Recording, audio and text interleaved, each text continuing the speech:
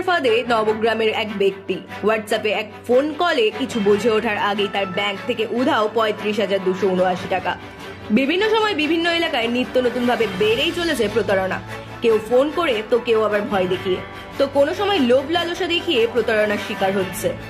ঠিক সেরকমই মুর্শিদাবাদ জেলার নবগ্রামের থানার কুশমোড় গ্রামে মফিজউদ্দিন শেখ প্রতারণার শিকার হন। তিনি জানান, দোকানে ছিলাম, হঠাৎ ব্যাংকের নাম করে হোয়াটসঅ্যাপে কল করে বলেন আপনার ক্রেডিট কার্ডে সমস্যা রয়েছে, যে কোনো সময় আপনার ক্রেডিট কার্ড বন্ধ হয়ে যেতে পারে, আপনি দ্রুত আপনার হোয়াটসঅ্যাপে অ্যাপ দেওয়া হলো সেই অ্যাপ ইনস্টল করুন। সেই মতো ইনস্টল করা মাত্রই কিছু বুঝে ওঠার আগেই তার অ্যাকাউন্ট থেকে দুবারে 35,279 টাকা উধাও। তিনি বুঝতে পারেন তিনি প্রতারণার শিকার হয়েছেন। সঙ্গে সঙ্গে এসবিআই ব্যাংকে অভিযোগ জানানো হয়। তারপর নবগ্রাম থানায় দ্বারস্থ হন। অভিযোগের ভিত্তিতে নবগ্রাম থানার পুলিশ আশ্বাস দেন। কিন্তু প্রশ্ন উঠছে, দিন দিন প্রতারণার ফাঁদ বেড়েই চলেছে। এই প্রতারণার ফাঁদ থেকে কবে রেহাই পাবে সাধারণ মানুষ? প্রশাসনের ভূমিকা নিয়েও উঠছে প্রশ্ন। ব্যুরো রিপোর্ট, রাত দিন নিউজ নেটওয়ার্ক। হঠাৎ একদিন কাস্টমার কেয়ারের নাম করে একদিন ফোন আসে। ফোন আসার পর আমি দোকানে একটু ব্যস্ত ছিলাম। ও ফোন আসার পরে একটা লিঙ্ক দেয় আমাকে, সেটা আমি ভুলবশত ডাউনলোড করে ফেলি। তারপরে হোয়াটসঅ্যাপে কল করে।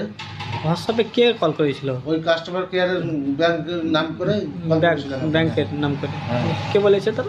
বলছিল কাস্টমার কেয়ার থেকে বলছি, ব্যাংকের থেকে বলছি ক্রেডিট কার্ডের ব্যাপারে। তো আমি ওই হোয়াটসঅ্যাপে কল করে, তারপরে স্ক্রিনশট মারতে বলে, ওটা আমি মেরে দিই ভুলবশত। তারপর থেকে কিছুক্ষণ পরেই 1 ঘন্টা পরে আমার পয়সা কেটে দেয়।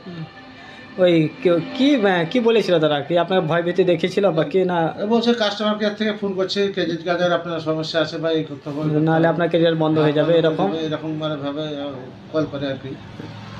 আপনি কিভাবে বুঝতে পারলেন যে আপনি প্রতারণার শিকার হচ্ছেন? আমি পরে বুঝতে, যখন অ্যাকাউন্টটা চেক করলাম তখন বুঝতে পারি যে আমার অ্যাকাউন্টটা পয়সা উঠে নিয়েছে। তারপরে ডিটেলসটা বার করলাম, তখন বুঝতে পারলাম যে 2 দফাতে আমার পয়সাটা কেটেছে। কত টাকা কেটেছে?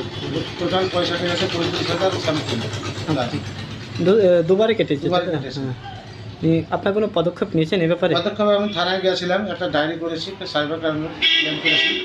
ওরা বললে দেখছি এ ব্যাপারে, এখনও কোনো আমি সুরাহা পাইনি। কী চাইছেন এখন আপনি? আমি কি চাইছি যাতে একটা সুরাহা হয়, কারণ তো আমার মতো অনেকজনাই এইভাবে প্রতারণার শিকার হচ্ছে, সেটা যেমন বন্ধ হয়, এটাই আমি চাইছি। কী কাজ করেন আপনি? আমি একটা ব্যবসা করি। ব্যবসার মধ্যে যুক্ত হবে? ব্যবসার মধ্যে যুক্ত আছে। কোনো রকম সংসার চলে, তার মধ্যেই আবার এরকম পরিস্থিতি? এরকম হয়ে যায়। আপনার নাম? আমার নাম মফিজউদ্দিন শেখ। গ্রামের নাম? কুশমোড়।